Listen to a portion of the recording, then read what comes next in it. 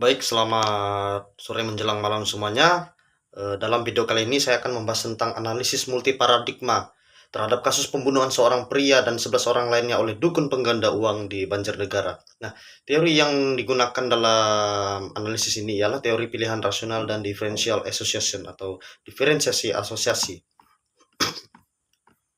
Nah, latar belakang asal analisis ini, dalam 1 sampai 2 tahun terakhir ini terdapat beberapa kasus pembunuhan yang melibatkan praktik atau kegiatan yang bersifat supranatural, bersifat mistis, yaitu perdukunan. Nah,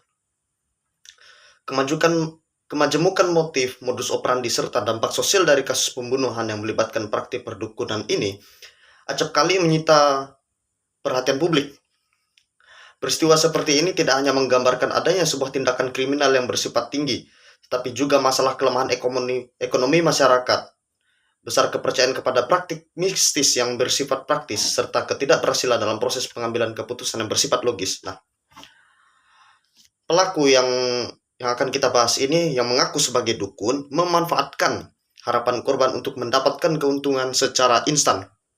Nah, perbuatan pembunuhan seringkali terjadi sebagai jawaban atas kegagalan janji penggadaan uang, yaitu upaya untuk menyembunyikan saksi atau bukti penipuan. Nah, kejahatan kali ini mempunyai dimensi yang unik, yang menjadikannya sebagai objek studi menarik dalam kriminologi. Nah, secara akademis, kasus ini dapat dianalisis melalui 2 jalur utama, yaitu teori pilihan rasional dan teori diferensial asosiasi. Nah, teori pilihan rasional memandang seseorang yang melakukan tindakan kejahatan selalu paham akan risiko yang dihadapinya, sedangkan teori diferensiasi asosiasi menganggap bahwa tiada perbuatan yang diturunkan berdasarkan pewarisan dari orang tuanya, melainkan dipelajari melalui interaksi antar individu, interaksi antar manusia melalui komunikasi. Nah, dengan menggabungkan kedua teori ini, analisis ini bertujuan untuk meraih pemahaman yang menyeluruh mengenai alasan pelaku memilih untuk melaksanakan perbuatan kejahatan, sebagaimana ia mendapatkan keterampilan dan validasi untuk melaksanakan serangkaian perbuatan kriminal tersebut, dimulai dari penipuan hingga pembunuhan. Nah, baik. Rumusan masalah dalam makalah ini, dalam apa yang akan kita bahas ini, ialah yang pertama, bagaimana teori pilihan rasional menjelaskan keputusan pelaku untuk melakukan serangkaian pembunuhan sebagai hasil dari praktik perdukunan yang dilakukannya. Yang kedua, bagaimana peran teori diferensiasi asosiasi dalam menjelaskan proses pelaku belajar, mendapatkan motif, kemudian merasionalisasi tindakan kriminalnya. Yang ketiga, apa saja faktor-faktor yang paling dominan mempengaruhi pelaku dalam melakukan pembunuhan berencana pada kasus ini. Nah, tujuan utama dalam pembahasan kasus ini ialah yang pertama, menganalisis dan mengidentifikasi unsur-unsur keputusan rasional yang melatar belakangi tindakan pembunuhan yang dilakukan oleh dukun pengganda uang. Yang kedua, menganalisis dan menjelaskan bagaimana proses pembelajaran sosial melalui diferensiasi asosiasi berkontribusi pada perkembangan keterampilan kriminal motif dan pembenaran moral pelaku dalam melakukan penipuan dan pembunuhan. Yang ketiga, menyajikan sintesis dari kedua teori untuk memberikan pemahaman kriminologi yang komprehensif mengenai motivasi dan mekanisme terjadinya serangkaian pembunuhan yang terkait dengan praktik perdukunan penggandaan uang. Nah, deskripsi kasus yang akan kita bahas berdasarkan sumber dari Kompas TV tahun 2023 pada tanggal 21 Januari 2023, publik dikejutkan dengan tuntutan hukuman mati. Maaf, ralat. Pada tanggal 21 Desember 2023, publik dikejutkan dengan tuntutan hukuman mati yang diajukan oleh Jaksa Penuntut Umum Kejaksaan Negeri Banjarnegara, Jawa Tengah terhadap terdakwa kasus penggandaan uang dan pembunuhan berantai atas nama Slamet Hari.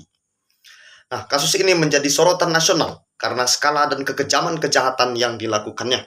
Nah, pelaku utama dalam kasus ini adalah Slamet Hari yang menjalankan praktik ini dengan mengaku sebagai dukun, mengaku sebagai dukun yang menjanjikan mampu memperbanyak dan menggandakan uang.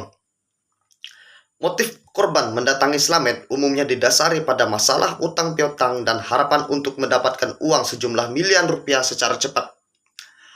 Para korban dijanjikan bisa memperoleh kekayaan tersebut setelah menyerahkan sejumlah uang mahar yang besarnya mencapai puluhan juta rupiah. Nah, berikut kronologi singkat kasus tersebut. Yang pertama, pada awal mulanya, para korban mendatangi Slamet Hari dengan uang mahar yang mereka serahkan akan berlipat ganda menjadi miliaran rupiah. Namun, uang yang dijanjikan tak kunjung didapatkan oleh korban. Ketika para korban mulai menagih janji dari uang mereka yang akan kembali, Slamet mengambil keputusan untuk membunuh mereka guna menghilangkan jejak dan saksi. Pembunuhan dilakukan dengan cara yang dingin dan sadis, di mana korban dibunuh dengan mencampurkan air dengan racun potasium, dan menyuruh korban meminum air tersebut. Pemeriksaan pada salah satu korban bahkan menemukan zat sianida pada sejumlah organ vitalnya, yakni otak, termasuk otak besar, paru-paru, dan lambung. Setelah dibunuh, jasad para korban kemudian dikubur di kebun yang jauh dari pemukiman warga. Nah, total korban jiwa yang diakibatkan oleh perbuatan Slamet Hari mencapai 12 orang. Nah, sampai saat tuntutan dibacakan, 9 orang berhasil diidentifikasi. Sementara 3 korban lainnya masih berstatus Mr. X. 9 orang korban yang teridentifikasi berasal dari berbagai daerah. Ini menunjukkan kejangkauan operasi pelaku. Nah, termasuklah yang pertama, atas nama Parianto asal Sukabumi. Yang kedua, atas nama Kuat Santosa asal Sleman. Yang ketiga, atas nama Suheri, Riani, Irsyad, dan Wahyu Triningsi asal Lampung. Yang keempat, atas nama Mulyadi Pratama asal Palembang. Yang kelima, atas nama Okta Ali Abrianto dan Teresia Dewi asal Magelang. Nah, kasus ini memiliki dampak yang meluas baik secara sosial maupun hukum karena perbuatan terdakwa menimbulkan keresahan yang meluas bagi masyarakat. Perbuatan Slamet Hari telah menimbulkan penderitaan yang mendalam dan berkepanjangan bagi keluarga 13 korban yang meninggal dunia. Jaksa penuntut umum menuntut hukuman mati dengan mempertimbangkan bahwa perbuatan yang dilakukan secara sadis dan dingin. Pelaku menikmati hasil kejahatannya dan memiliki riwayat hukum pidana di tahun 2019 akibat kasus pemalsuan uang. Nah, kita lanjut ke analisis teorinya. Nah, apa hubungan kasus teori ini dengan teori pilihan rasional? Nah, teori pilihan rasional memandang sebuah tindakan kriminal sebagai hasil dari perhitungan yang sangat matang dan logis oleh pelaku, di mana pelaku memperhitungkan keuntungan dan risiko sebelum melakukan sesuatu. Nah, sebelum memutuskan untuk melakukan tindakan kriminal, pelaku terlebih dahulu melakukan pemilihan target, serta mengobservasi perbuatan korban secara selektif dan penuh perhitungan. James S. Coleman dalam asumsinya membawa rasionalitas ekonomi dalam teori pilihan rasional ke dalam analisis sosiologi untuk menjelaskan fenomena sosial pada tingkat makro melalui tindakan individu pada tingkat mikro. Nah, dalam kasus pembunuhan berantai oleh Slamet Hari, dengan nama panggilan Mbah Slamet, seorang dukun pengganda uang di Banjarnegara, teori pilihan rasional dapat melihat perbuatannya sebagai berikut. Nah, yang pertama, dari sisi tujuan atau manfaat. Tujuan utama pelaku adalah ingin meraup keuntungan keuangan melalui kegiatan penipuan penggandaan dengan berkedok sebagai dukun, dan menjaga keberlangsungan kegiatan penipuannya serta menjauhi pengaduan ke hukum. Nah, dari sisi rasional pelaku, yang pertama, mengaku dapat memperbanyak uang adalah pilihan rasional. Nah, ketika korban mulai menuntut kembali uang yang dijanjikan dan keberadaan mereka termasuk ancaman pengakuan menjadi risiko yang lebih besar daripada manfaat penipuan, pelaku memilih perbuatan pembunuhan berantai.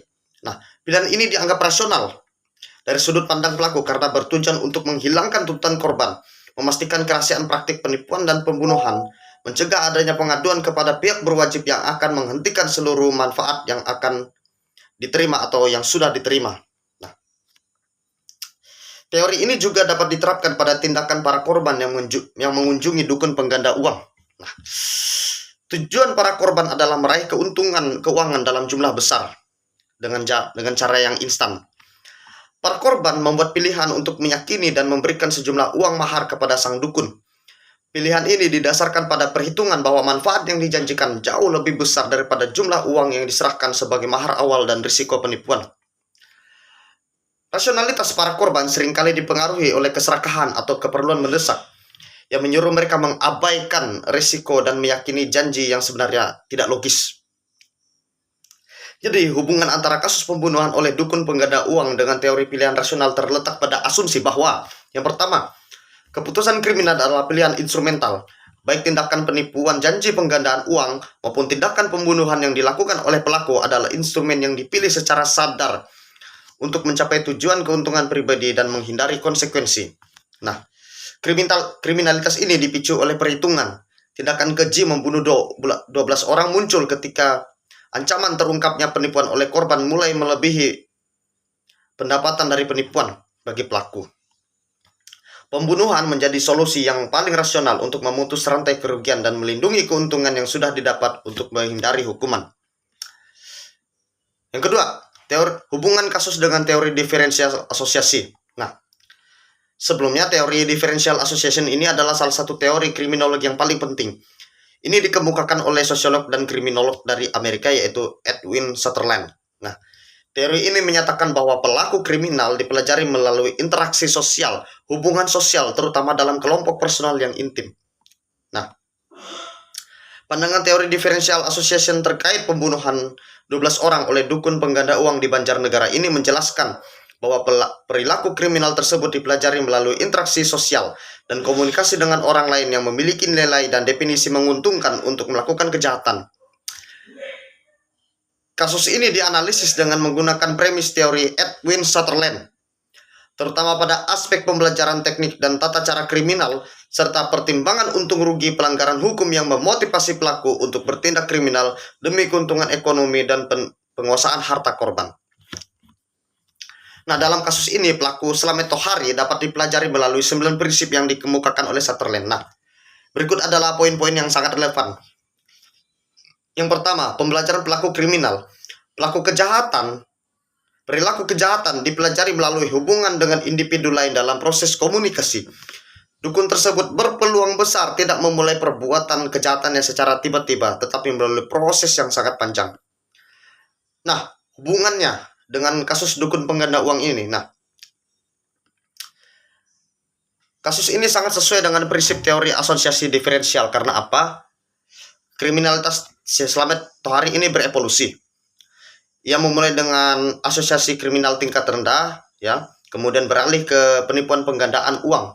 Nah, dalam beberapa laporan, polisi juga memeriksa seorang warga yang diduga menjembatani komunikasi antara korban dan Mbah Slamet. Nah, individu perantara ini bertindak sebagai agen transmisi pengetahuan dan nilai-nilai yang menguntungkan perilaku kriminal dari jaringan sosial mereka.